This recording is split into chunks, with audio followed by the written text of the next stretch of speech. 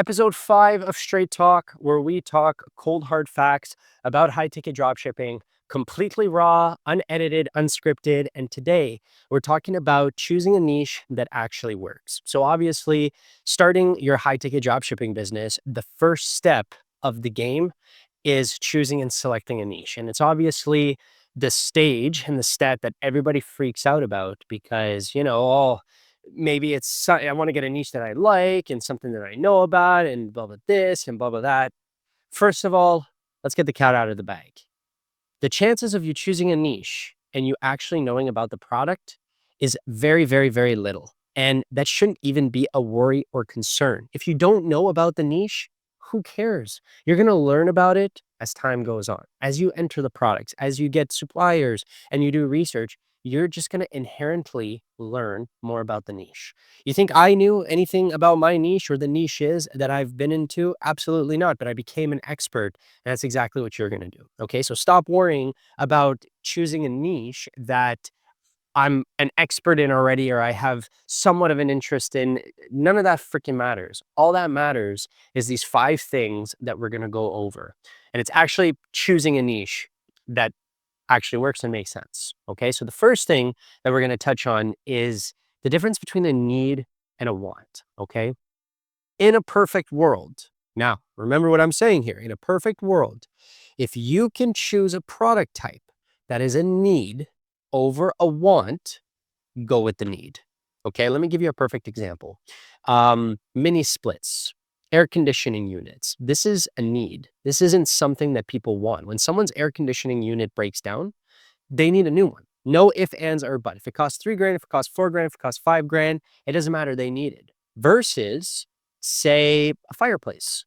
The fireplace is more of a want rather than a need. Now, unless the customer is using that fireplace as their main source of heat, then it's a completely different story. But generally speaking, it's more of a want. Okay, here's another example: golf simulators, right? Golf simulators is more of a want rather than a need. Nobody physically needs a golf simulator, but they want one to better their swing. Okay, now it's not to say that golf simulators are a bad niche.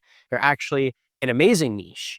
But if I was given the option between going for a need versus a want, I would always lean more towards the need every single day. Okay. So that's the first one, needs versus wants. The second one is a high price point. You need to understand that the higher the price point, the more money you'll make. The higher the price point does not mean the harder it is to sell. It does not mean the more money it's going to take. Absolutely not. It's quite the opposite. It's going to be the exact same. I say this all the time. Whether you're selling a $1,000 product, a $500 product, or a $10,000 product, it takes the same time, effort, energy, and money for either one. That's no questions asked there. So if you are put in a position to choose niche A, where the average price point is $1,000, or niche B, where the average price point is $5,000, go with the $5,000 one. It's funny because at the beginning of my journey, when I first started, 3 months into my journey, I was comparing a lot, right? Which is the devil, and you shouldn't do that. But I remember seeing a screenshot of someone who had posted their sales in a group that I was a part of, and they had done like 5 times more the amount of revenue than me. And I was so distraught. I was like, how is this even possible? Like, this person isn't smarter than me. And I knew their website. This person doesn't have a nicer website than me. This person doesn't do anything different than I do. Why is it that they made 5 times more the amount of money? Then, well, the answer is actually quite simple. My average order value at the time was $1,200. Their average order value at the time was like $4,800. That was the only difference. And so if I had gone the route of going with the much, much, much more expensive price point, I would have made 5 times more the amount of money with the same knowledge, with the same time input, with the same everything. Okay, so go for the high price point. Typically, I say at a bare bone minimum, you want at least $1,000, but even that is not ideal for me. For me, minimum is $2,000. Okay, I do not want to go into a niche where the average price point isn't $2,000. Okay, overall, higher the better. Okay, the third thing that we're going to talk about is what I call an evergreen niche. Very important, an evergreen niche. First of all, what is an evergreen niche? Well, it's a niche that sells just as good in the month of January as it does in the month of October, as it would in the month of May. It's a product that's evergreen. It sells all year round. You do not have high highs and low lows. Here's a perfect example of a product that is not evergreen. Okay, Christmas trees. If you were to look at Christmas trees, it is dead all year, and then as soon as November hits, it starts to pick up. As soon as December hits, it shoots to the moon. And then as soon as Christmas rolls over, it's a flippin' crash landing like there's no tomorrow. Okay. You do not want a product like that. You don't want a niche like that because you are not looking to generate 90% of your revenue in the month of November, December. You don't want that. We want a niche that we can generate consistent revenue all year round. Okay. Now, of course, there's always going to be little peaks and valleys, right? Any niche, there's always going to be certain periods of the year that is a little better than others.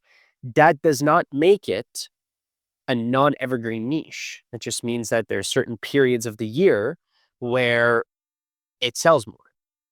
Overall, we want a niche that is as steady as possible. And the best way to check this is to head over to Google Trends. So if you're listening to this video right now, I want you to head over to Google Trends. And when you get to Google Trends, I want you to select your location as the United States. I want you to select the date range to the last 5 years. Always check the last 5 years. And then enter, a niche like fireplaces and check how the graph looks like. Okay, check a niche like golf simulators and take a look at the graph.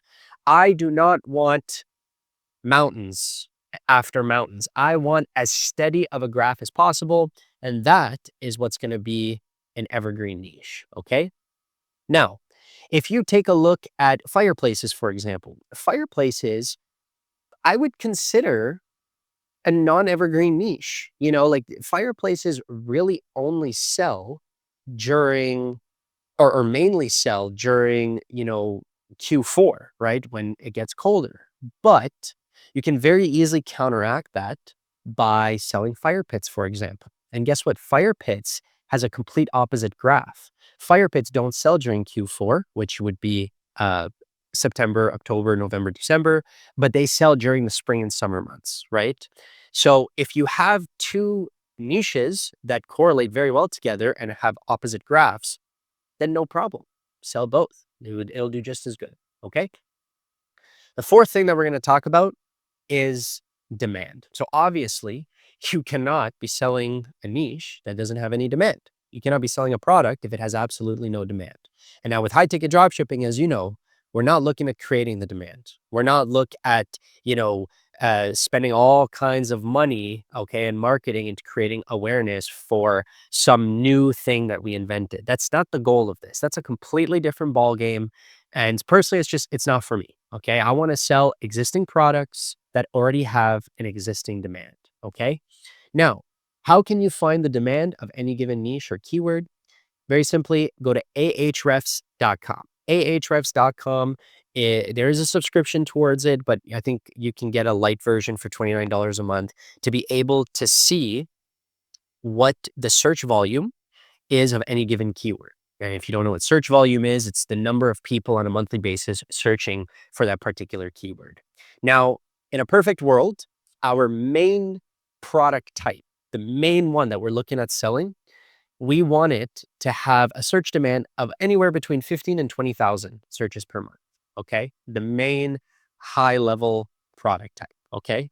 Paired with that, ideally, you'd want to have anywhere from 5 to 10 substitute product types that have at least a 3,000 search demand per month. So let me give you an example here. Okay. If I was looking at launching a wellness store, okay? A wellness store. My main product type would be saunas, okay? The saunas certainly have, at least a 20,000 search volume demand per month. And then paired with the saunas, I would sell cold plunges. I would sell massage chairs. I would sell steam showers. I would sell, what else could you sell with that? Maybe a hyperbaric chamber. Okay. And so those would be all substitute products, which as long as they all have at least 3,000 search volume, then you're more than okay. All right. But demand, always look at the demand. If you had two different options of niches and one niche has search demand of 20,000 and the other one has 5,000, go with the one that has 20,000. Okay. It's just 4 times more the amount of people that are searching for it, which means you have a 4 times better chance at making a sale. Okay. The last thing that we want to look for niches, so that they actually work, is to make sure that the niche is drop ship friendly.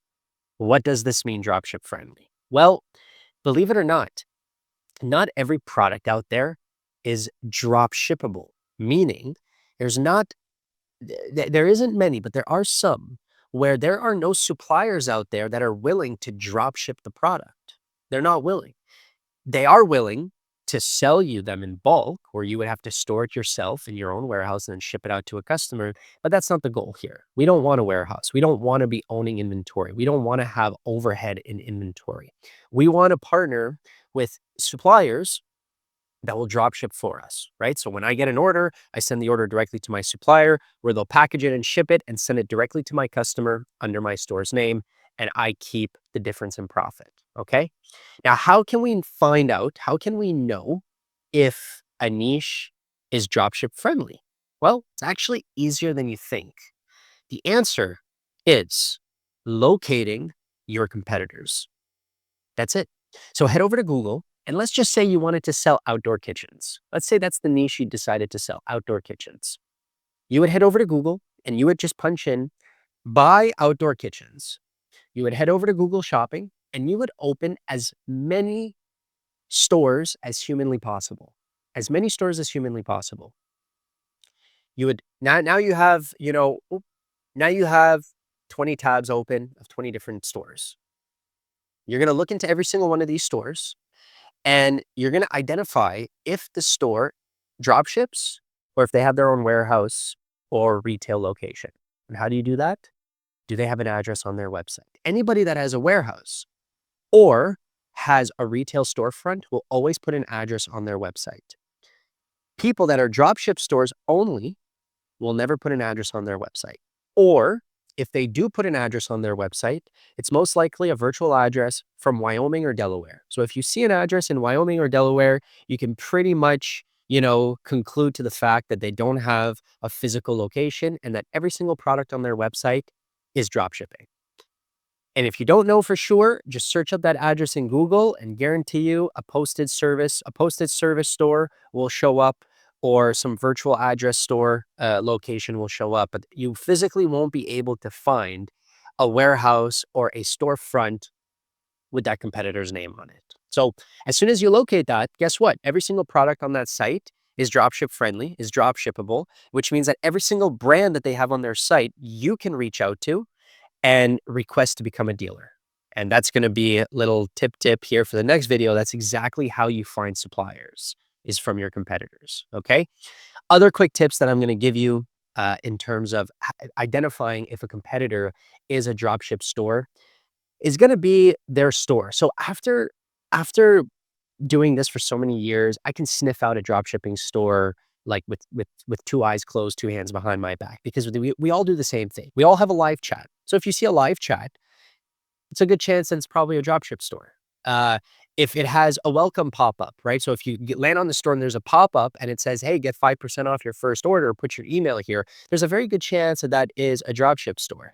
If they offer free shipping, it's a very good chance it's a dropship store, because businesses that have retail stores and that may have a website, typically their websites are 1/10 in terms of design, usability, and optimized for conversion compared to somebody who relies on their store being their storefront. Okay. More on that in another video, but this is just to keep it super, super high level. So just to recap, needs versus wants. Make sure it's a high price point, an evergreen niche, the demand, you've got 15 to 20,000 search demand on your main product type, and then 5 to 10 substitute product types that are at least 3,000. And then lastly, ensuring that it is a dropship friendly niche slash dropship friendly products. And if you have all of these tiers, you, my friend, have found an absolute golden ticket of a niche that you should, take the next steps and start building that store. So that's pretty much it. If you got any questions, leave it in the comments. Check back next week for next week's Straight Talk episode, and I'll see you in the next one. Cheers.